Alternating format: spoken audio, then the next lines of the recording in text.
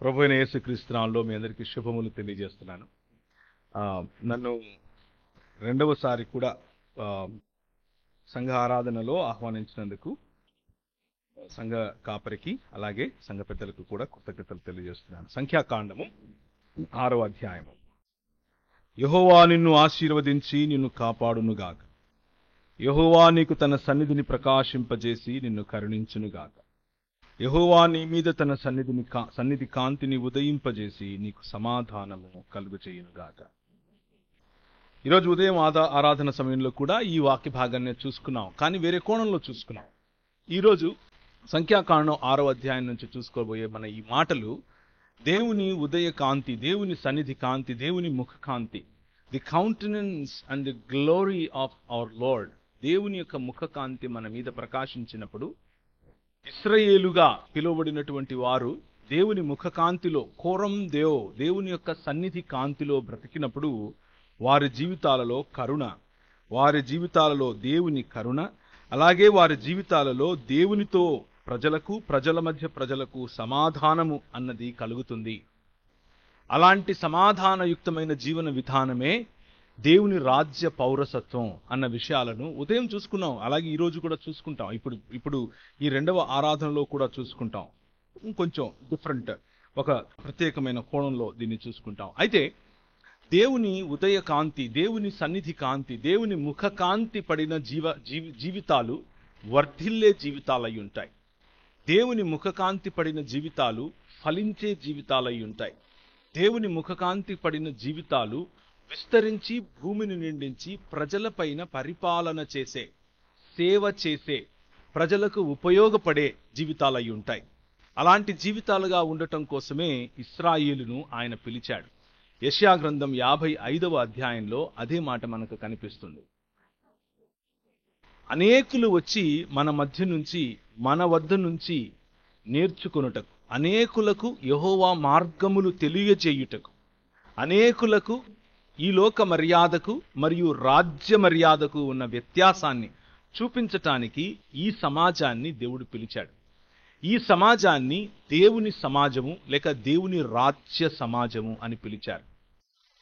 కొన్నిసార్లు ప్రజలు దీనికి భిన్నంగా దీనిని ఒక మతం అని అనుకుంటారు. బయటి వారు అనుకుంటే పర్వాలేదు, కానీ సంఘ లేకపోతే రాజ్య పౌరులు కూడా దీనిని మత ప్రాతిపదికననే అర్థం చేసుకుంటూ ఉంటారు. కొన్నిసార్లు, అన్నిసార్లు కాకపోయినా. బయట ఉన్నటువంటి ఈ లోక మర్యాద చొప్పున నడుస్తూ ఉన్నటువంటి కుల సంఘాలు, ఈ లోక మర్యాద చొప్పున నడుస్తున్నటువంటి మత సంఘాలు, ఈ లోక మర్యాద చొప్పున నడుస్తున్నటువంటి భావజాలాలు, వాటితో సమానముగా మేము ఒక వర్గం, మేము ఒక శాఖ, మాది ఒక మత ప్రాతిపదికనో, కుల ప్రాతిపదికనో, సంఘ ప్రాతిపదికనో, డినామినేషన్ ప్రాతిపదికనో జీవించే ఒక సమూహం అని అనుకుంటాం. కానీ నిజానికి ప్రియమైనటువంటి దేవుని సంఘమా, మన పిలుపు కోరం దేవ్, మన పిలుపు దేవుని యొక్క ముఖకాంతిలో జీవించే పిలుపు, దేవుని యొక్క ముఖకాంతిని ప్రకాశింపచేసే పిలుపు, దేవుని యొక్క ముఖకాంతిలో యెహోవా ఏర్పరచినటువంటి విశ్వ మానవ జీవన విధానంలో జీవించటానికి ప్రభు మనల్ని పిలిచాడు. అదే నూతన ఇశ్రాయేలు అనంటే. కొత్త సృష్టి పొందిన సమాజం ఈ సమాజం. గలతీయులకు రాసిన పత్రిక 6వ అధ్యాయం ఆఖరికి పైన ఉన్నటువంటి వచనం గనక మనం చూసుకుంటే, సున్నతి పొందుట ఎందైనను పొందకపోవుట ఎందైనను ఏమీ లేదు, కానీ క్రొత్త సృష్టి పొందుట ఎందే అంతా ఉంది. క్రొత్త సృష్టి, నూతన సృష్టిగా మారటం. నూతన సృష్టిగా మారటానికి గల కారణం ఆయన కనుదృష్టి మన మీద ఉండటం, ఆయన ముఖకాంతి మన పైన ప్రజ్వలింప చేయటం, ఆయన ముఖకాంతిలో మన జీవితాలను మనం సరిచేసుకుంటూ ఆ ముఖకాంతిని మన జీవితాలలో నుంచి 10 మందికి పంచటం. అలా 10 మందికి పంచినప్పుడు సమాజముల నిర్మాణముతో పాటు దేశముల, రాజ్యముల నిర్మాణం. ఇది ఇశ్రాయేలుకి ఇవ్వబడినటువంటి పిలుపు. ఈ నియమము చొప్పున బ్రతుకు నూతన ఇశ్రాయేలుకు, అనగా దేవుని ఇశ్రాయేలుకు శుభము కలుగునుగాక అని పౌలు చెప్తాడు. ఏ నియమము? మత ప్రాతిపదికన జరిగే జీవితం కాదు, నూతన సృష్టి అనే జీవితం, మారు మనస్సు పొందిన జీవితం, రూపాంతరము చెందిన ఆలోచన విధానం. ఈ లోక మర్యాదకు దేవుని రాజ్య మర్యాదకు ఉన్న వ్యత్యాసం, ఈ లోక మర్యాదలో ప్రజల నుంచి దోచుకునే ప్రయత్నం చేస్తారు. ప్రజలు పొరుగువాడి నుండి లబ్ధి పొందే ప్రయత్నం చేస్తారు. ప్రజలు పొరుగువాడిపైన ఆధిపత్యం, అజమాయిషీ చేసే ప్రయత్నం చేస్తారు. ప్రజలను విభజించుకుంటారు. ఈ లోక మర్యాదలో ప్రజలు తమను తాము హెచ్చించుకుంటారు. ఈ లోక మర్యాదలో ప్రజలు ధారాళముగా ఇవ్వలేని మనస్సు కలిగి ఉంటారు. ఈ లోక మర్యాదలో ప్రజలు క్షమించలేని మనస్సు కలిగి ఉంటారు. కరుణ చూపలేనటువంటి పరిస్థితిలో ఉంటారు. కానీ రాజ్య మర్యాద, ఆయన మార్గములు మన మార్గముల కంటే భిన్నమైనవి అని యెషయా గ్రంథం 55వ అధ్యాయం చెబుతుంది. ఆకాశముకు భూమి ఎంత దూరమో మీ ఆలోచనలకు నా ఆలోచనలు, మీ మార్గములకు నా మార్గములు అంత వ్యత్యాసం కలిగి ఉన్నాయి అని యెహోవా దేవుడు ప్రకటిస్తున్నాడు. అయితే ఆయన రాజ్యములో ఆయన మార్గములను అనుసరించి జీవించే సమాజముగా, ఆయన మార్గములలో కొనసాగే సమాజముగా ఉండాలి అనంటే దానికి కొన్ని షరతులు ఉన్నాయి. ఒకసారి నాతో పాటు బైబిల్ గ్రంథాన్ని తీయండి. బైబిల్ గ్రంథంలో యేసుక్రీస్తు ప్రభువు ఈ విధంగా చెప్పారు. ఆయన యందు నిలిచి ఉంటే తప్ప మనము ఫలించము అన్న విషయాన్ని చెప్పారు. నేను నిజమైన ద్రాక్షవల్లిని, నా తండ్రి వ్యవసాయకుడు. నాలో ఫలింపని ప్రతి తీగెను ఆయన తీసి పారవేయును. ఫలించు ప్రతి తీగె మరి ఎక్కువగా ఫలింపవలనని దానిలోనికి పనికిరాని తీగెలను తీసివేయును. నేను మీతో చెప్పిన మాటను బట్టి మీరిప్పుడు పవిత్రులై ఉన్నారు. నా యందు నిలిచి ఉండండి, మీ యందు నేనును నిలిచి ఉంటాను. తీగ ద్రాక్షవల్లిలో నిలిచి ఉంటేనే గాని తనంతట తానే ఎలాగూ ఫలింపదో, అలాగే నా యందు నిలిచి ఉంటేనే కాని మీరు ఫలించరు. ద్రాక్షవల్లిని నేను, తీగలు మీరు. ఎవడు నా యందు నిలిచి ఉంటాడో, నేను ఎవని యందు నిలిచి ఉంటానో వాడు బహుగా ఫలిస్తాడు. నాకు వేరుగా ఉండి మీరు ఏమీ చేయలేరు. ఎవడైనను నా యందు నిలిచి ఉండని ఎడల వాడు తీగవలే బయట పారవేయబడి ఎండిపోతాడు. మనుషులు అట్టి వాటిని పోగు చేసి అగ్నిలో పారవేస్తారు, అవి కాలిపోతాయి. మనుషులకు ఆదర్శవంతముగా మనుషులను పోగు చేసి ఈ ద్రాక్షవల్లికి అంటు కట్టే విధంగా దేవుని ముఖారవిందము లేకపోతే దేవుని ముఖకాంతిలో బ్రతకమని మనల్ని పిలిచాడు ప్రభు అయిన యేసుక్రీస్తు. విశ్వ మానవుడిగా లేకపోతే నూతన ఒకే ఒక్క శరీరముగా మానవులను నిర్మించటం కోసం, ఈ ప్రపంచమంతటినీ దేవుని యొక్క సన్నిధితో నింపటం కోసం ఆయన ప్రణాళిక కలిగి ఉండి తన కుమారుడైన యేసుక్రీస్తును మన వద్దకు పంపిస్తే, ఆ కుమారుడు మనకు ఏం చెప్తున్నాడు అనంటే, మీరు నమ్మారు, ఇప్పుడు మీరు సర్వ సృష్టిలోనికి వెళ్ళి ఈ సువార్త యొక్క కాంతిని ప్రకటించండి, అందరినీ శిష్యత్వంలోనికి కట్టండి అని చెప్పాడు. అయితే ఒకరిని కట్టటానికి ముందు శిష్యునికి ఉండాల్సినటువంటి లక్షణాలు, కూర్చున్నటువంటి నూతన సృష్టి సమాజానికి ఉండవలసినటువంటి లక్షణాలు, నూతన సృష్టి సమాజంలో ఉన్న ఇండివిజువల్ ప్రతి వ్యక్తికి ఉండాల్సినటువంటి లక్షణాలు క్రీస్తుతో అంటు కట్టబడి ఉండటం, క్రీస్తులో నిలిచి ఉండటం. క్రీస్తులో నిలిచి ఉండటం అంటే ఏమిటి అన్న ప్రశ్న మనకు వస్తుంది. ఆయన యందు నిలిచి ఉంటే ఫలిస్తాం అని చెబుతోంది దేవుని వాక్యం. ఫలము ఏమిటి అని ఆలోచిస్తే క్రీస్తు ఏమని చెప్పాడు అనంటే, నేను మీకు నేర్పిన యావత్తును మీరు నేర్పండి. నేను మీకు ఏ విధంగా అయితే విధేయత నా తండ్రికి చూపించానో అలా నా మాటకు మీరు విధేయత చూపించండి. తండ్రి కుమార పరిశుద్ధాత్మ నామములోనికి బాప్తిస్ము ఇవ్వండి. నేను నేర్పినవన్నీ సమాజానికి నేర్పండి, సంఘానికి నేర్పండి. దేశములను ఆ విధంగా పట్టండి, దేశములను ఆ విధంగా శిష్యత్వంలో నడిపించండి అని చెప్పాడు. ఇది నూతన ఇశ్రాయేలుకున్నటువంటి పిలుపు. సమాజముల నిర్మాణం, మత నిర్మాణం కాదు, శాఖల నిర్మాణం కాదు, చిన్న చిన్న మాటలు పట్టుకొని బైబిల్ వాక్యంలో విభజించి ఒక గుంపును వర్గాన్ని తయారు చేసుకునే ఆలోచన విధానం కాదు. అందరినీ ఒకటి చేసి మానవ సమాజముగా, నూతన పురుషుడిగా పరిపక్వతలోనికి ఎదిగే సమాజం ఈ విశ్వ మానవ విప్లవం. ఆ విప్లవం గురించి ఈరోజు సాయంత్రము అలాగే రేపు కూడా మనం మాట్లాడుకుంటాం.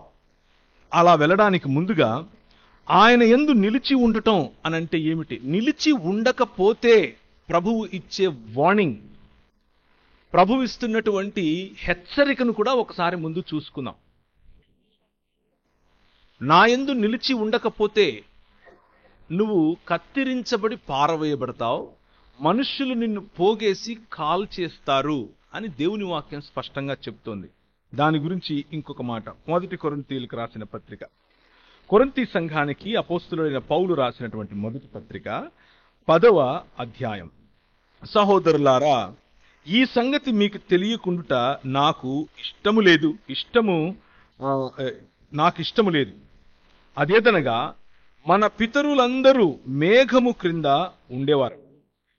మన పితరులు అందరూ అనంటే ఇశ్రాయేలీయుల గురించి మాట్లాడుతున్నాడు. కొరింథు సంఘములో ఉన్నటువంటి ఇశ్రాయేలీయుల గురించి మాట్లాడుతున్నాడు. మన పితరులందరూ మేఘము కింద ఉండిరి, వారందరూ సముద్రములో నడిచిపోయిరి.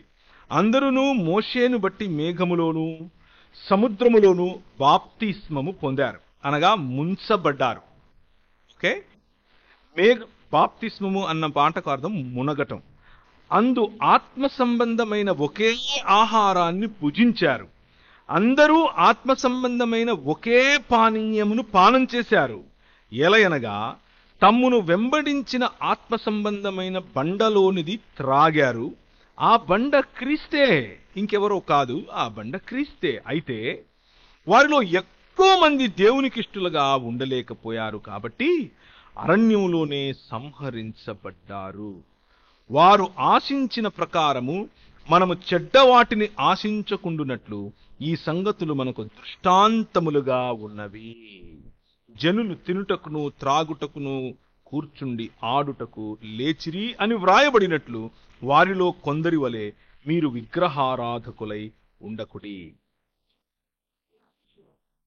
నూతన సృష్టి పొందినటువంటి దేవుని సంఘమా, నూతన సృష్టి పొందినటువంటి క్రీస్తు శరీరములోనే ఉన్నటువంటి పరలోక రాజ్య పౌరులైనటువంటి మనం మన పితరులను పోలి నడుచుకోవాల్సినటువంటివి చాలా ఉన్నాయి.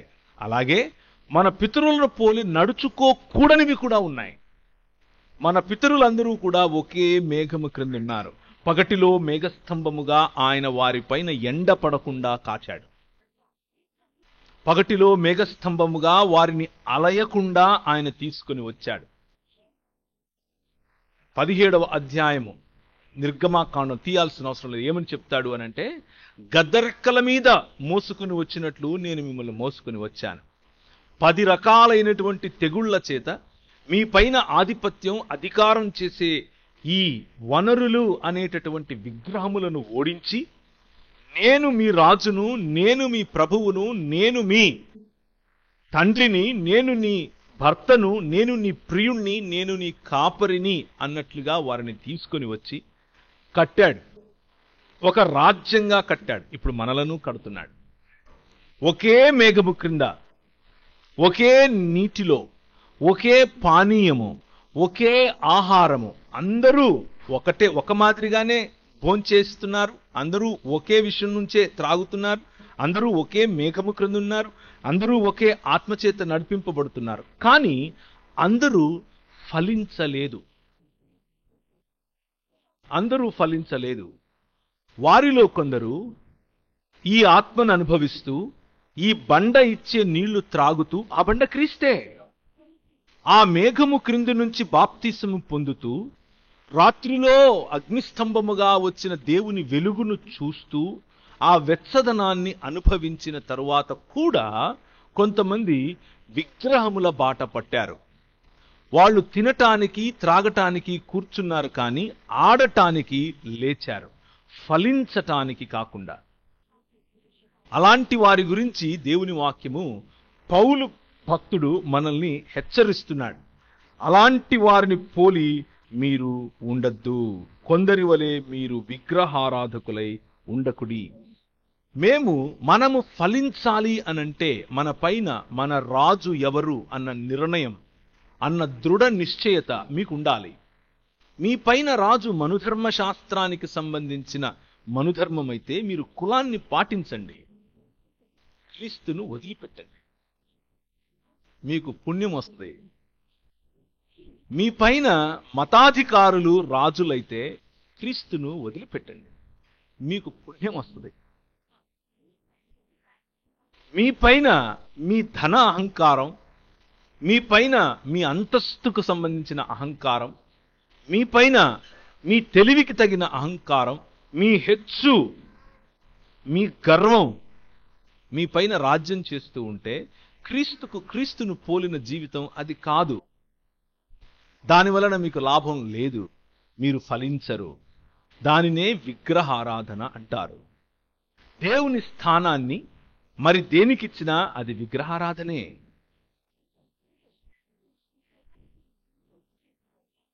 అలాంటి వారిని దేవుడు కనానులో ప్రవేశింపచేయలేదు, సంహరించాను అని చెప్తున్నాడు దేవుడే స్వయంగా. అనేకులు హతులయ్యారు. ఫలించటం దేవుడు మనకిచ్చినటువంటి బాధ్యతతో కూడిన ఆశీర్వాదం.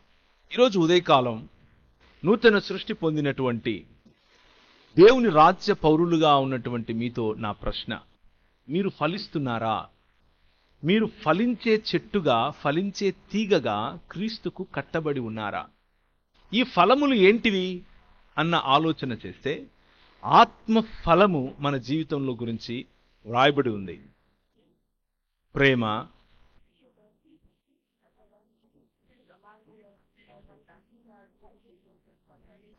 అన్ని తెలిసినవే. అవి వల్లె వేస్తే అభివృద్ధి చెందేవి కావు, అవి జీవితంలో పాటిస్తే అభివృద్ధి చెందుతాయి. పొరుగువాడి పట్ల ప్రేమ, సాటి మనిషి పట్ల గౌరవం, సాటి మనిషి తిన్నాడా లేదా అన్న ఆప్యాయతతో కూడిన పలకరింపు, మతతత్వంలో అవతలి వాడిని చిన్న చూపు చూసే పరిసయ్యుల దృష్టి నుంచి బయటకొచ్చి సాటి మనిషిని ప్రేమించటం, గౌరవించటం, దీర్ఘశాంతంతో ఆ మనిషితో కలిసి నడవటం, శిష్యత్వంలో కట్టటం, కనికరము చూపించటం, న్యాయమును జరిగించటం. ఈ ఫలము ఈ సమాజములో కనిపిస్తోందా? ఈ ఫలములు వస్తున్నాయా? మీ కుటుంబములో ఇటువంటి మంచి వాతావరణాన్ని మీరు పెంపొందించగలుగుతున్నారా అన్నది ప్రశ్న. అయితే ఇటువంటి వాతావరణాన్ని పెంపొందించాలి అన్నది మీ ఆలోచన అయితే there are 3 ways that you can do. 3 రకాలుగా, 3 మాధ్యమాల ద్వారా, లేకపోతే ఆయనలో నిలిచి ఉండాలి అంటే ఈ 3 మీ జీవితంలో ఉండాలి. మొదటిది, రిమైన్ ఇన్ హిస్ వర్డ్. ఆయన వాక్యములో నిలిచి ఉండాలి. లోగోస్ అంటే ఆది యందు వాక్యముండెను అన్నప్పుడు వాడిన పదం లోగోస్. ఆ పదం నుంచే లాజిక్ అన్నటువంటి పదం వచ్చింది. ఆలోచన, తర్కము, తత్వము, ఇలాంటి ఆలోచన. లోగోస్ ను మనకు తెలియాలి. ఈ 66 పుస్తకాలు ఉన్నటువంటి బైబిల్ గ్రంథాన్ని మనము అర్థం చేసుకోవాలి. దాని వెనుకున్నటువంటి భావజాలంలో మనం కట్టబడాలి. దాని వెనుకున్నటువంటి భావజాలంలో మనం వేళ్ళూరాలి. కేవలం లోగోస్ లో ఉంటే ఉబ్బిపోతారు. మళ్ళీ చెప్తాను, కేవలం లోగోస్ వరకు మీ జీవితం ఉంటే, అంటే వ్రాయబడినటువంటి వాక్యము, ఆ వాక్యాన్ని మైండ్లో మగ్గప్ చేసుకోవటం వరకు ఉంటే ఉబ్బిపోతారు, ఉబ్బి తప్పిపోతారు. పూరిలాగా లొట్ట ఉంటుంది లోపల, అలా తగిలితే తుస్సున గాలిపోతుంది. కానీ రెమా వైపుకు ప్రయాణించాలి. దేవుని వాక్యము అన్న చోట లోగోస్ అన్న పదాన్ని ఉపయోగించినటువంటి సందర్భాలు ఉన్నాయి. అలాగే రెమా అన్నటువంటి ఎక్స్పీరియన్స్ తో కూడినటువంటి వాక్యం, అనగా అనుభవముతో కూడినటువంటి వాక్యము, నీతో వ్యక్తిగతంగా దేవుడు నేర్పిస్తున్నటువంటి వాక్యము. రేమా అన్నటువంటి అనుభవం, దేవుడు మాట్లాడుతుండగా వినేటటువంటి అనుభవం, దేవుడు నడిపిస్తూ ఉండగా ఆయనతో పాటి నడిచే అనుభవం, దేవుడు చెబుతూ ఉండగా ధ్యేయతతో ఆ పనులు చేసే అనుభవం. That is rhema. That is how you can remain in Christ. Logos కావాలి, రెమా కూడా కావాలి. రెమా నీ ఇష్టం వచ్చిందాన్ని నువ్వు మనసులో అనుకుని ఇది రెమా అని అనుకుండేవు. No no no no. Rhema always corresponds to the logos, logos only. Logos చెప్పేటటువంటి మాటతో ప్రతిసారి కూడా రెమా తప్పకుండా ఏకీభవించి తీరుతుంది. అలా ఏకీభవించకపోతే అది దేవుని వైపు నుంచి వచ్చినటువంటి మాట కాదు. సో ఈ అనుభవ జ్ఞానంలో మీరు దినదిన ప్రవర్తమానంగా క్రీస్తునందు ఇమిడి ఉన్నారా, అంటు కట్టబడి ఉన్నారా అన్నది ప్రశ్న. ఫలించాలంటే, దేవుని ముఖకాంతి మీ జీవితంలో నుంచి 10 మందికి వెళ్ళాలి అనంటే ఆయన యందు నిలిచి ఉండాలి. ఆయన యందు నిలిచి ఉండటం అనంటే వాక్యమందు నిలిచి ఉండటం. కేవలం లోగోస్ లో కాదు, రెమాలో కూడా నిలిచి ఉండటం. మొదటి పేతురు రాసినటువంటి మొదటి పత్రిక 3వ అధ్యాయము 15వ వచనము. నిలిచి ఉంటే వాక్యములో మీరేం చేస్తారు అనంటే నిర్మలమైన మనస్సాక్షి కలిగిన వారై ఉంటారు. పరుల పట్ల, ఇతరుల పట్ల ప్రశ్నలు అడిగే వారి పట్ల, ముఖ్యముగా ఇంతకుముందు మన పాస్టర్ గారు చెప్పినట్లుగా వాక్యము ఇక్కడ సమృద్ధిగా ఉంది, కానీ మెల్లిమెల్లిగా అడ్డు అన్నది పెరుగుతూ వస్తోంది. మెల్లిమెల్లిగా మిమ్మల్ని ప్రశ్నించే వారి సంఖ్య పెరిగిపోతోంది.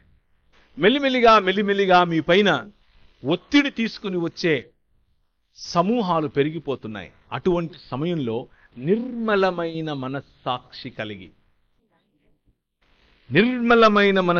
కలిగిన వారై మీలో ఉన్న నిరీక్షణను బట్టి హేతువు అడిగే ప్రతి వారికి, ఎందుకయ్యా నువ్వు స్థితప్రజ్ఞుడిలాగా ఎప్పుడు చూసినా గానీ అంత కూల్గా, అంత కామ్గా ఉంటావేంటి?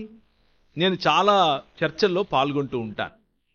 నాతో చర్చించేవారు వేరు మత ప్రాతినిధ్యాల్లో నుంచి వస్తారు.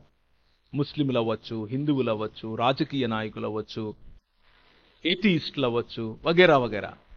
వారు కొన్నిసార్లు చాలా కోపగించుకుంటారు, చాలా విరుచుకుపడే ప్రయత్నం చేస్తారు. ప్రవీణ్ గారు మీరు చేస్తున్న, కానీ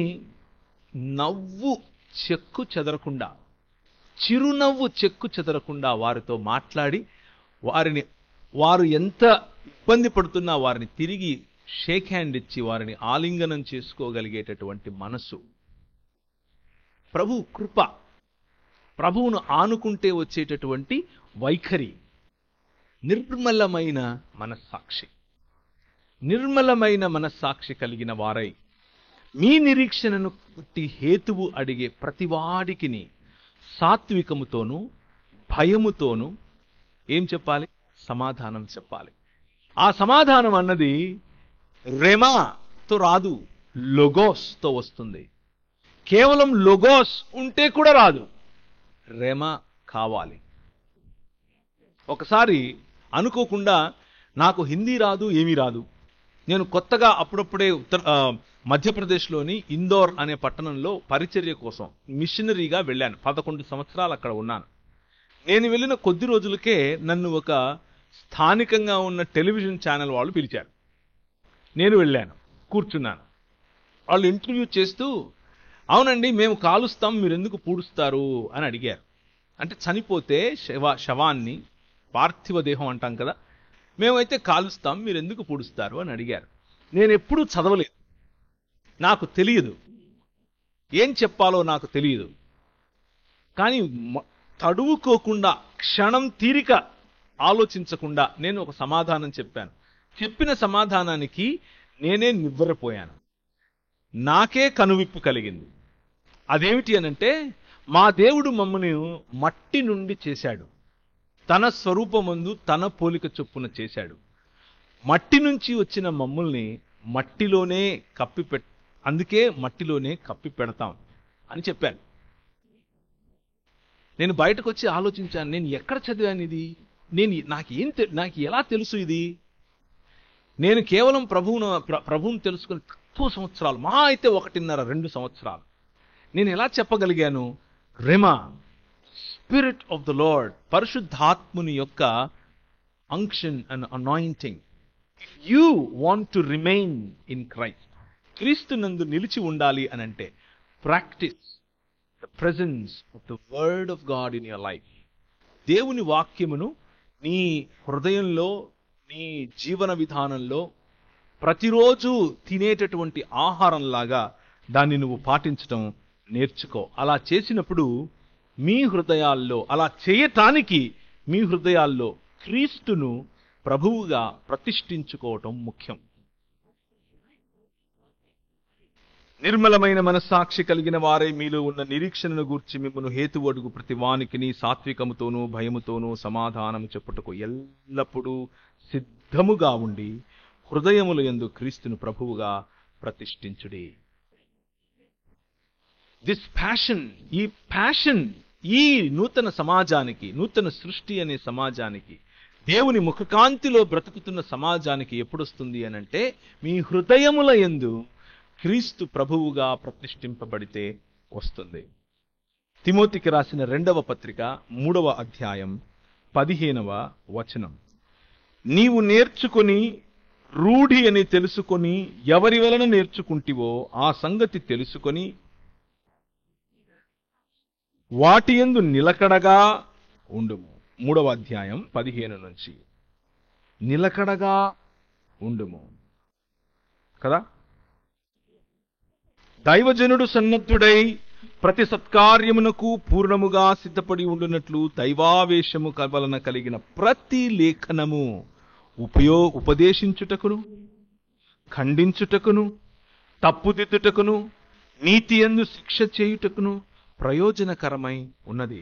వేరే వాళ్లకు నీతియందు శిక్షణ చేయటం కోసం, వేరే వాళ్లను ప్రోత్సహించటం కోసం, పరుణ్ణి ఖండించటం కోసం, పరుడి తప్పు దిద్దటం కోసం అని పొరపాటున అనుకుండేరు. అది చేతురు. కానీ ముందు మనలో వాక్యం అన్న దానిలో నిలిచి ఉండటం అంటే, ఈ వాక్యము ముందు నన్ను ఖండించాలి, ఈ వాక్యము నన్ను సరిచేయాలి, ఈ వాక్యము నా తప్పు దిద్దాలి, ఈ వాక్యము నా ఆలోచనలను మార్చాలి, దేవుని మార్గములను తెలపాలి.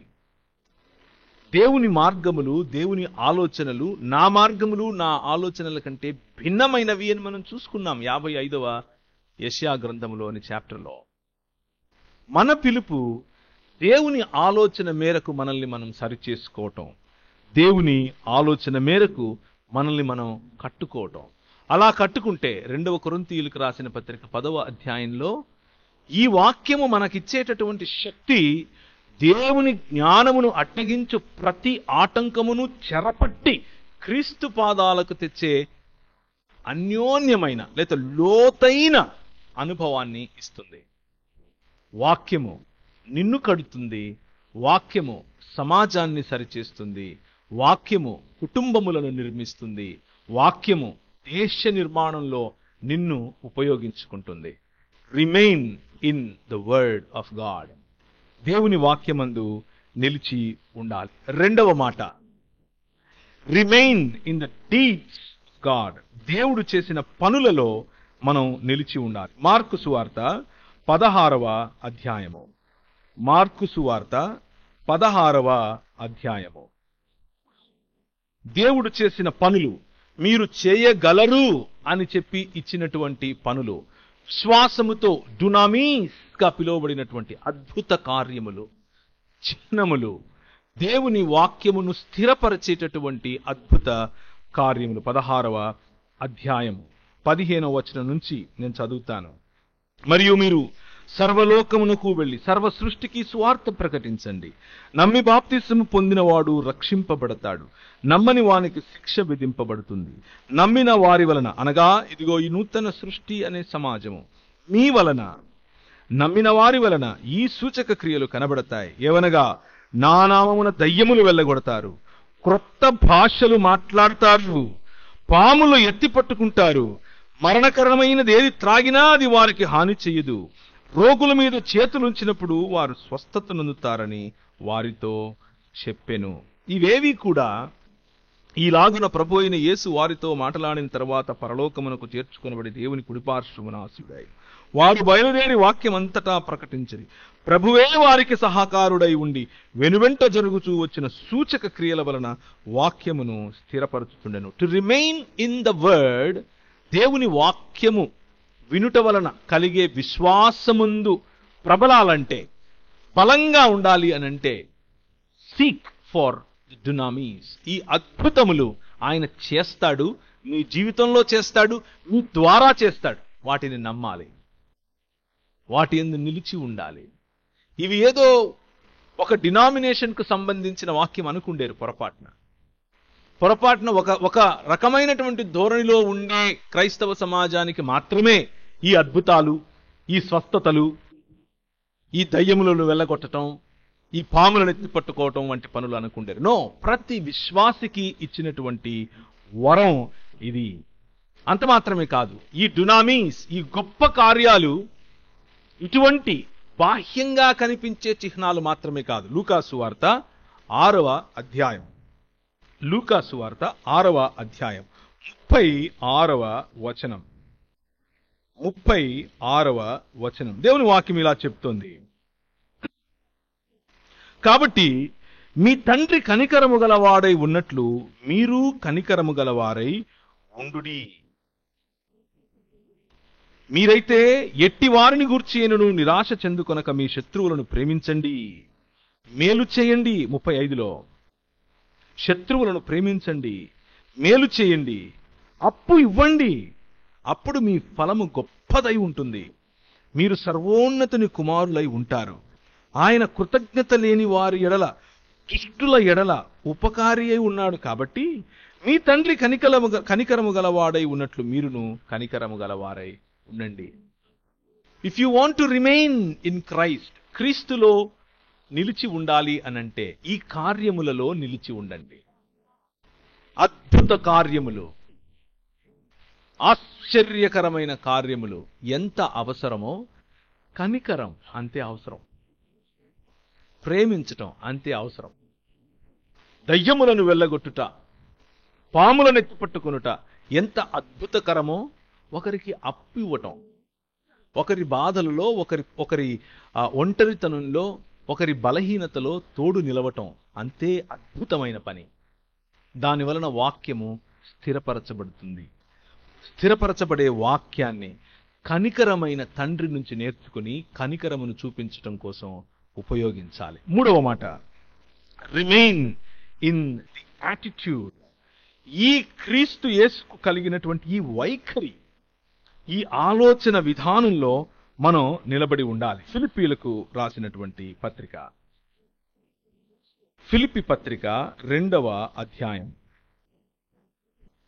క్రీస్తు యేసునకు కలిగిన ఈ మనస్సును మీరును కలిగి ఉండండి. క్రీస్తులో నిలిచి ఉండటానికి, క్రీస్తులో అంటు కట్టబడి ఉండటానికి అవసరమైన 3వ మాట, ఆయన వైఖరిని కలిగి ఉండటం. ఆయన ఎటువంటి వైఖరి ఈ సమాజం పట్ల చూపించాడో ఆ వైఖరిని కలిగి ఉండటం.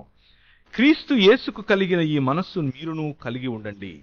ఆయన దేవుని స్వరూపము కలిగిన వాడై ఉండి దేవునితో సమానముగా ఉండుట విడిచిపెట్టకూడని భాగ్యమని ఎంచుకొనలేదు, కానీ మనుష్యుల పోలికగా పుట్టి దాసుని స్వరూపమును ధరించుకొని తన్ను తానే రిక్తునిగా చేసుకున్నాడు. మరియు ఆయన ఆకారమందు మనుష్యునిగా కనబడ్డాడే గాని మరణము పొందునంతగా, అనగా శిలువ మరణము పొందునంతగా విధేయత చూపిన వాడై తన్ను తాను తగ్గించుకున్నాడు. విధేయత అన్నది that is the key for any Christian walk. క్రైస్తవ నడవడికలో విధేయత అన్నదే ఇలాంటి గొప్ప మందిరానికి ఉన్న ఆ తలుపు తీయటానికి అవసరమైన కీ, తాళపు చెవి. ఆ తాళపు చెవి లేకపోతే భూమి ఆకాశముల కలయిక అని చెప్పబడే పవిత్రమైన లేదా పరిశుద్ధమైన మందిరములోనికి ప్రవేశము, దేవునితో ముచ్చటించే భాగ్యము దొరకదు. ఒకే ఒక్క కీ, విధేయత. If you want to boil down Christian life completely to one point, అన్నిటినీ సమీకరించి క్రైస్తవ జీవన విధానాన్ని ఒక్క మాటలో చెప్పాలి అనంటే విధేయతే. It is obedience, obeying the way Christ did. క్రీస్తు తన తండ్రికి ఏ విధంగా విధేయత చూపించాడో అటువంటి విధేయత. ఏంటా విధేయత? క్రీస్తుకును పోలిన జీవన విధానం అంటే ఏమిటి? ఆయన కలిగి ఉన్నదేదియు ఆయన లేకుండా కలుగలేదు అన్నటువంటి సృష్టికర్త. ఆయన ఆదియందు వాక్యము, దేవుని వద్ద దేవుడై ఉన్నటువంటి వాక్యం ఆయన. ఆది నుండి నేను రహస్యముగా మాట్లాడిన వాడను కాదు, అది అనగా ఆ ఆది పుట్టక ముందు నుండి నేను అక్కడ ఉన్నవాణ్ణి, ఇప్పుడు ప్రభువగు యెహోవాయు ఆయన ఆత్మయు నన్ను పంపెను అని 48వ యెషయా గ్రంథంలో ఉన్నటువంటి మాట ఈయన గురించే చెప్పారు. ఇంతవరకు మనం చదివాం, పగటిలో మేఘస్తంభముగా రాత్రిలో అగ్నిస్తంభముగా, మాకు దాహం కావాలి అంటే నీటిగా మేఘము క్రింద వారిని తీసుకుని వెళ్ళింది ఇంకెవరో కాదు. గద్దరెక్కల మీద మోసుకుని వచ్చినట్లు మోసుకుని వచ్చింది ఇంకెవరో కాదు, ఈయనే. కానీ ఈయన వైఖరి ఏంటి అనంటే, ఈయనకున్నటువంటి పద్ధతి ఏమిటి అనంటే, ఈయన మార్గములు చాలా వ్యత్యాసమై ఉన్నవి అని ఎందుకంటున్నాము అనంటే, ఈ లోకంలో ఏమీ లేని ఇస్తరాకు ఎగిరెగిరి పడుతుంది. మహా అయితే నీ బ్యాటరీ ఎంత? 60 ఏళ్ళు, సరే 70 వేసుకో, ఇంకొంచెం బలం ఉంటే 80 వేసుకో, ఆ తర్వాత బ్యాటరీ ఉండదు, అయిపోతుంది. దానికే ఎంత మెరిసిపాటు, ఎంత అహం కోసం, హచ్చు కోసం, పలుకుబడి కోసం, ప్రాధాన్యత కోసం, కుర్చీ కోసం, నా మాట నెగ్గాలి అన్న ఇగో కోసం, ఇంట్లో సంబంధాలు, ఇంట్లో సొంత భార్యాభర్తల నడుమ, పిల్లలు తండ్రుల నడుమ, పిల్లలు తల్లుల నడుమ, సమాజములో పొరుగు వారి నడుమ లేనిపోని అక్కరకు రాని పనికి రాని వైషజాలు. ఆ వైఖరి దేవుని వైఖరి కాదు. ఆ వైఖరి ఈ లోక మర్యాద యొక్క వైఖరి. ఈ క్రీస్తు సృష్టికర్త అయ్యుండి, అన్నిటినీ చేసిన వాడయ్యుండి, తన్ను తాను రిక్తునిగా చేసుకునే వైఖరి. అన్నీ ఉన్న కుండ అయినప్పటికీ దాసుని పోలికగా వచ్చాడు. దాసుడు అంటే ఎవరంటే, ఆ రోజుల్లో తనకంటూ ఒక చిత్తం ఉండకూడదు. తన యజమాని చెప్పిందే చేయాలి. తన యజమాని భోజనానికి కూర్చుంటే తువాలు కట్టుకొని, చేతిలో ఒక తువాలు పెట్టుకొని, తన యజమాని దగ్గర వంగి, మీకు ఇంకేమైనా తీసుకురమ్మంటారా, ఏమైనా చేయమంటారా, ఏమైనా తాగుతారా, ఏమైనా తింటారా అని అడిగేవాడు దాసుడు. యజమాని తిన్న తర్వాత తింటాడు. యజమాని తిన్న తర్వాత మిగిలితే తింటాడు.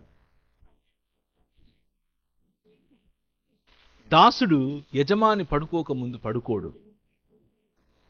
దాసుడు యజమాని అలసిపోతే యజమానికి తన ఒంటికి కావలసినటువంటి కంఫర్ట్నిస్తాడు. ఇవన్నీ చేసేవారు ఆ రోజుల్లో దాసుడు. బేసిక్గా చెప్పాలి అనంటే, మన భాషలో దాసుడు అన్నదానికి మన ఇంట్లో పనివాడు. ఇప్పుడు మన ఇంట్లో పనివారిని కూడా మనం అలా చూడం. కానీ సృష్టికర్త అయినటువంటి క్రీస్తు, సృష్టిని నడిపించేటటువంటి క్రీస్తు మన కోసం ఆయన వైఖరి ఏమిటి అంటే, దాసుని స్వరూపమును దాల్చి ఎంత తగ్గించుకోవటం అనంటే, శిలువ మరణము పొందినంతగా తగ్గించుకోవటం. శిలువ మరణము పొందినంతగా తగ్గించుకున్నాడు కాబట్టి ఆయన ఎదుట ప్రతి మోకాలు పొంగింది, ప్రతి నాలుక ఆయనను ప్రభువు అని చెప్పింది. తగ్గింపులో అధికారం ఉంది, తగ్గించుకోవటంలో పరిపాలన ఉంది, తగ్గించుకోవటంలో దేవుని ముఖకాంతి ఉంది, తగ్గింపు జీవితంలో ప్రజలపైన ప్రభావవంతమైన పరిచర్య దాగి ఉంది అన్న విషయాన్ని స్పష్టంగా చెప్పాడు. నా రాజ్యంలో నువ్వు ముందుండాలి అని అనుకుంటే అందరికంటే వెనక నిలబడాలి.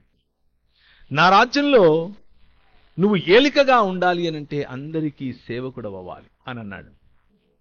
ఒక ఆయన, ఇద్దరు జబదయి కుమారులు, రైట్ హ్యాండ్ ఒకడు, లెఫ్ట్ హ్యాండ్ ఒకడు వచ్చారు. నేను మోదీ, ఈయన అమిత్ షా, నువ్వు రాజుగా వస్తే అని అన్నారు. ఆయన అన్నాడు, నువ్వు ఏమడుగుతున్నావు, మీకు అర్థం కావట్లేదు. నేను తాగే గిన్నె మీరు తాగగలరా? నేను ఎత్తుకునే సిలువ మీరు మోయగలరా? నా శ్రమలు మీరు అనుభవించగలరా? వీళ్ళు బేరీజు వేసుకోకుండా చేసేస్తాం చేస్తాం చేస్తాం అంటున్నారు. ఒకవేళ మీరు చేస్తారేమో కానీ నా కుడి పార్శ్వము, నా రైట్ హ్యాండ్, నా లెఫ్ట్ హ్యాండ్ అనేది నా చేతిలో లేదు, నీ చేతిలోనే ఉంది, నీ వైఖరిలోనే ఉంది. నా యందు నిలిచి ఉండాలి అని అంటే అది నేను కాదు చేయాల్సింది, నువ్వే చేయాలి. నీ వైఖరి హెచ్చుకుపోయే వైఖరా? నీ వైఖరి దోచుకునే వైఖరా? నీ వైఖరి అవతలి వాడిపై రాజ్యం చేయాలన్న తాతహలాడే వైఖరా? నీ వైఖరి గర్వమా? నీ వైఖరి అంతస్తు, ఆస్తి, కులం, ధనం, చదువు చూసి నిన్ను నువ్వు హెచ్చించుకునే వైఖరా? లేక అన్నీ ఉన్నా కానీ తనను తాను తగ్గించుకుని వచ్చిన క్రీస్తును పోలిన వైఖరా? ప్రియమైనటువంటి క్రైస్తవ సంఘమా, ఈరోజు ఉదయకాల సమయంలో 3 విషయాలు నేను మీకు గుర్తు చేశాను. టు రిమైన్ ఇన్ క్రైస్ట్, క్రీస్తు నందు నిలిచి ఉండటం అనంటే మొదటిది ఆయన వాక్యమందు నిలిచి ఉండాలి. రెండవది ఆయన పనుల యందు నిలిచి ఉండాలి. మూడవది ఆయన వైఖరిలో నిలిచి ఉండాలి. ఇలా జీవించినప్పుడు సాక్రిఫిషియల్ లైఫ్ అనేది అలవాటవుతుంది. త్యాగపూరితమైనటువంటి జీవన విధానం అలవాటవుతుంది. మనకు ఉన్నా లేకపోయినా ధారాళంగా ఒకరికి పెట్టడం అలవాటవుతుంది. సద్దెన్నం పెట్టే సంస్కృతి నుంచి బయటకు వస్తాం.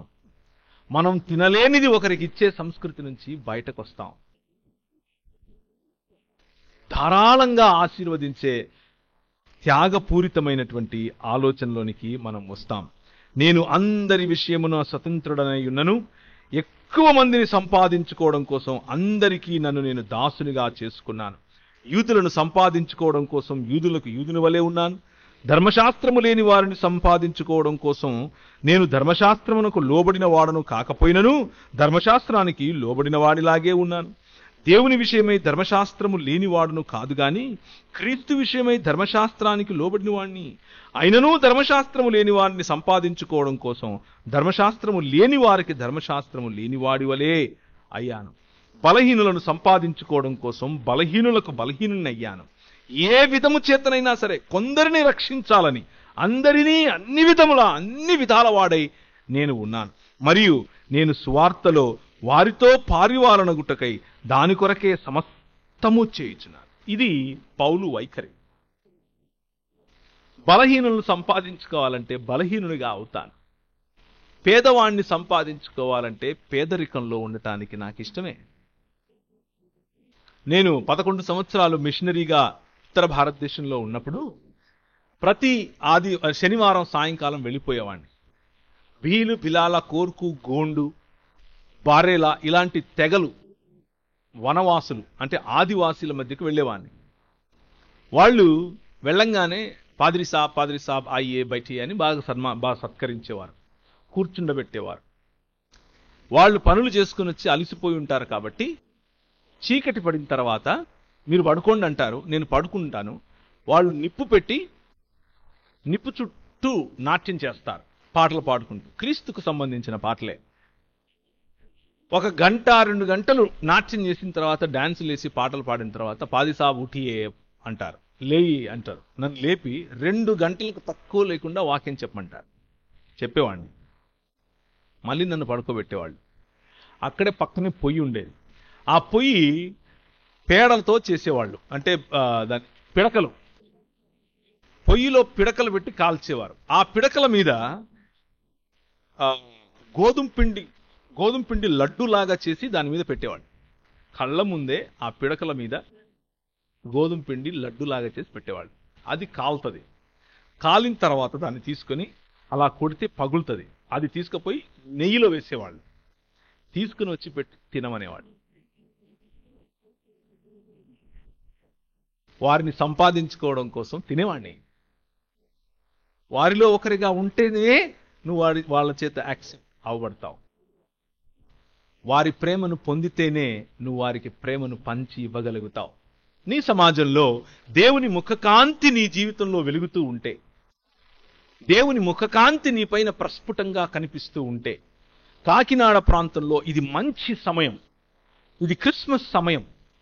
ఈ సమయంలో దేవుని న్యాయమును, దేవుని కనికరమును, దేవుని దీన మనస్సును, దేవుని యందు క్రీస్తునందు నిలిచి ఉన్న ఆయన వాక్యమందు, ఆయన వైఖరి యందు, ఆయన పనుల యందు నిలిచి ఉన్న మీరు ఆయన రాజ్యమును ప్రకటించటానికి అందరిలోనూ అందరి వారు అయ్యే అవకాశం ఇప్పుడు ఉంది. ఏదో మైకులు పెట్టి బలగుద్దితేనే సువార్త చెప్పినట్లు కాదు. కనికరము కలిగినటువంటి పనులు, కనికరముతో కూడినటువంటి పరిచర్య, సేవ. బయట ఎక్కడో చేయటానికి ముందు కనికరముతో కూడినటువంటి పరిచర్య మనలో మనకు. ఒక చిరునవ్వు, ఒక సంతోషముతో కూడిన పలకరింపు, తిన్నావా, భోంచేశావా అని అడిగే పట్టింపు, నేనేమైనా చేయనా, ఇంటికి రానా, సహాయం చేయమంటావా అని చెప్పే హృదయం. పైకి కాదు, నిజంగా మనస్ఫూర్తిగా. That is how it starts. అలా మొదలవుతుంది. అంతటితో ఆగిపోదు సుమా, అది పెరుగుతుంది, దేవుని రాజ్యంగా మారుతుంది. క్రీస్తు కలిగి ఉన్నటువంటి ఈ వైఖరిని మనము కలిగి ఉంటే దేవుని రాజ్యాన్ని ప్రకటించిన వారం అవుతాం. యెషయా గ్రంథం 60వ అధ్యాయం. దేవుని ముఖకాంతి మన పైన ప్రకాశిస్తే, దేవుని ముఖకాంతి మన పైన ప్రకాశించినప్పుడు దేవుని వాక్యం మన గురించి చెబుతోంది. లెమ్ము, నీకు వెలుగు వచ్చి ఉన్నది, లెమ్ము, తేజరులిము, యెహోవా మహిమ నీ మీద ఉదయించెను. చూడుము, భూమిని చీకటి కమ్ముచున్నది, కటిక చీకటి జనములను కమ్ముచున్నది. యెహోవా నీ మీద ఉదయించి ఉన్నాడు, ఆయన మహిమ నీ మీదికి కనబడుచున్నది. జనములు నీ వెలుగుకు వస్తారు, రాజులు నీ ఉదయకాంతికి వస్తారు. కన్నులెత్తి చూడు, వీరందరూ కూడుకొని నీ యొద్దకు వస్తారు. నీ కుమారులు దూరము నుండి వస్తారు, నీ కుమార్తెలు చంకనెత్తబడి వస్తారు. నీవు చూచి ప్రకాశిస్తావు, నీ గుండె కొట్టుకుంటూ ఉప్పొంగుతుంది. సముద్ర వ్యాపారము నీ వైపు త్రిప్పబడుతుంది, జనముల ఐశ్వర్యము నీ యొద్దకు వస్తుంది. నువ్వు ప్రజ్వలింపజేయబడినప్పుడు, నువ్వు ప్రకాశమానమైనప్పుడు, నువ్వు వెలిగినప్పుడు, దేవుని ముఖకాంతి నీ పైన వెలిగినప్పుడు, నీ జీవితంలో సంతోషం కనిపించినప్పుడు, డునామీస్, అద్భుత కార్యములు, నువ్వు పట్టిన చోట స్వస్థత, నువ్వు తాకిన శరీరానికి స్వస్థత, నువ్వు మాట్లాడిన మాటలో విడుదల, నువ్వు నడిచిన ప్రతి మార్గములో దేవుని మార్గము కనిపించటం, నువ్వు ఇచ్చిన ప్రతి విరాళంలో, ధారాళంగా చేసిన ప్రతి చిన్న చిన్న కార్యాలలో దేవుని గుణలక్షణాలు కనిపించటం, కనికరంతో నువ్వు పెట్టిన ఇంత ముద్ద ఒక జీవితాన్ని కడుతుంది. ప్రేమతో నువ్వు ఇచ్చిన ఇంత మంచినీళ్ళ బాటిల్ ఒకరి జీవితాన్ని సంతృప్తిపరుస్తుంది. నీ ముఖ కాంతి, యెహోవా యొక్క ముఖకాంతి నీ ముఖము ద్వారా అది ప్రతిబింబిస్తుంది. You are image of God. నువ్వే ఈ విశ్వాస సమాజమే, ఈ విశ్వ మానవ క్రైస్తవ సమాజమే దేవుని వెలుగును ప్రసరింపచేసేటటువంటి మాధ్యమం. దేవునికి ఒక ప్లాన్ ఉంది. దేవునికి ఒక పెద్ద ప్లాన్ ఉంది, చిన్నది కాదు. ఆ ప్లాన్ ను చేయటానికి, ఈ ప్రపంచంలో ఆ ప్లాన్ జరిగించటానికి ఆయన ఎన్నుకున్న మాధ్యమం నువ్వు, నేను. You and I, we are the medium of that plan. హబక్కూకు గ్రంథము 2వ అధ్యాయము 14వ వచనము. ఏలయనగా సముద్రము జలములతో నిండి ఉన్నట్లు భూమి యెహోవా మహత్యమును గూర్చిన జ్ఞానముతో నిండి ఉండాలి. This is the plan of God. దేవుని యొక్క ప్రణాళిక ఇది. దేవుడు ఊరికే దీన్ని చేసి ఇక్కడ వదిలిపెట్టి వెళ్ళడం కోసం ఈ ప్రపంచాన్ని చేయలేదు. యెషయా గ్రంథం 45వ అధ్యాయం 18వ వచనం. ఆకాశములకు సృష్టికర్తయగు యెహోవాయే దేవుడు. ఆయన భూమిని కలుగజేసి దానిని సిద్ధపరచి స్థిరపరచాడు. నిరాకారముగా ఉండునట్లు ఆయన దాన్ని సృజింపలేదు, నివాస స్థలముగా ఉండునట్లుగా దానిని సృజించాడు. ఇది ఆయన plan. He wants you to take care of this world. నివాస స్థలముగా ఉండేలా. మతం దీన్ని నాశనం చేసి ఆయన నిన్నెక్కడికో తీసుకెళ్తాడు అని చెప్తుంది. కానీ ఈ మార్గం, దేవుని రాజ్యం ఇక్కడ ఆయన స్థాపించి సిద్ధపరచి స్థిరపరచి నివాసయోగ్యముగా చేసే ఆయన ప్రణాళికను చెప్తుంది. సంఖ్యాకాండం 14వ అధ్యాయం 21. సంఖ్యాకాండం 14వ అధ్యాయం 21వ వచనం.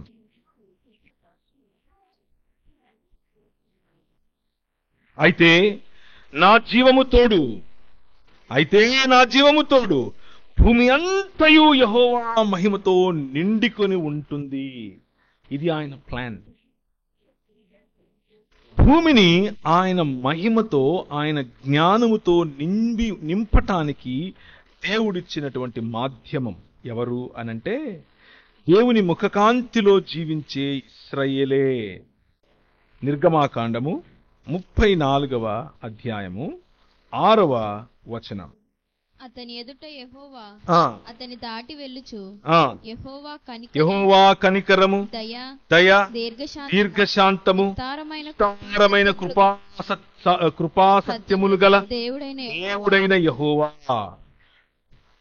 ఆయన 1000 మందికి కృపను చూపుచు దోషము అపరాధము క్షమించును గాని ఆయన ఏమాత్రము దోషులను నిర్దోషులుగా ఎంచక 3-4 తరములకు తండ్రుల దోషమును కుమారుల మీదకి రప్పించినని ప్రకటించెను. సో ఆయన ఈ గుణ లక్షణాలు ఏంటి? ఆ గుణ లక్షణాలు ఆయన తన్ను తాను మోషేకి కనపరుచుకున్నప్పుడు చూపించినటువంటి ఆయన గుణలక్షణాలు: దీర్ఘశాంతము, విస్తారమైన కృపాసత్యములు, కనికరము, దయ. వీటిని ప్రసరింపచేయటానికి, వీటిని ప్రజలలో ప్రసరింపచేయటానికి ఏర్పరచుకున్నటువంటి సమాజమే ఇశ్రాయేలు సమాజం. అందుకనే వారిని యాజకులైన, అయితే రాజులైన యాజకులు అని అన్నారు. అందుకనే మనలను పేతురు రాసిన పత్రికలో మీరు ఏర్పరచబడిన సమాజము, రాజులైన యాజక సమాజము అని పిలిచాడు. మిమ్మును చీకటిలో నుండి ఆశ్చర్యకరమగు వెలుగులోనికి పిలిచిన వాని గుణాతిశయములను, ఈ గుణములను ప్రచురపరిచేందుకు ఎన్నుకున్నటువంటి, ఏర్పరచబడినటువంటి సమాజము మీరు. నిలిచి ఉండటానికి వాక్యములో నిలిచి ఉందాం. వాక్యములో రెమా మరియు లోగోస్లలో నిలిచి ఉందాం. కార్యములలో అంటే పనులలో నిలిచి ఉందాం. అద్భుత కార్యములు, అలాగే కనికరముతో కూడిన కార్యముల్లో నిలిచి ఉందాం. వైఖరిలో నిలిచి ఉందాం. తగ్గింపులో నిలిచి ఉందాం. సంపాదించుకోవటం కోసం ఆ వైఖరిలో నిలిచి ఉందాం. అలాంటి త్యాగపూరితమైన జీవన విధానాన్ని అలవరుచుకున్నటువంటి నూతన ఇశ్రాయేలుకు శుభము కలుగునుగాక. అలాంటి నూతన ఇశ్రాయేలుతో మనము ఈ మాటలు చెప్పాలి. అటువంటి నూతన ఇశ్రాయేలుకు యెహోవా నిన్ను ఆశీర్వదించి నిన్ను కాపాడునుగాక. యెహోవా నీకు తన సన్నిధిని ప్రకాశింపజేసి నిన్ను కరుణించునుగాక. యెహోవా నీ మీద తన సన్నిధి కాంతి ఉదయింపజేసి నీకు సమాధానము కలుగజేయునుగాక. కృపగలిగిన తండ్రి, మా మధ్యలో ఉండి మాతో మాట్లాడి నీ వాక్యములో నీ కుమారుడైనటువంటి యేసు క్రీస్తులో మేము అంటు కట్టబడి నిలిచి ఉండి ఫలించులాగున నీ ముఖకాంతి మాపై ప్రసరింపచేయమని, నీ గుణాతిశయములను ప్రచురింపటానికి మమ్ము ఏర్పరచబడిన సమాజముగాను రాజులైన యాజక సమూహముగాను చేసినందుకు మీకు కృతజ్ఞతలు. ఈ క్రిస్మస్ సీజన్లో నీ గుణాతిశయములను ప్రచురించే భాగ్యాన్ని, బాధ్యతను మాకు దయచేయమని యేసు నామమున ప్రార్థిస్తున్నాం తండ్రి, ఆమేన్.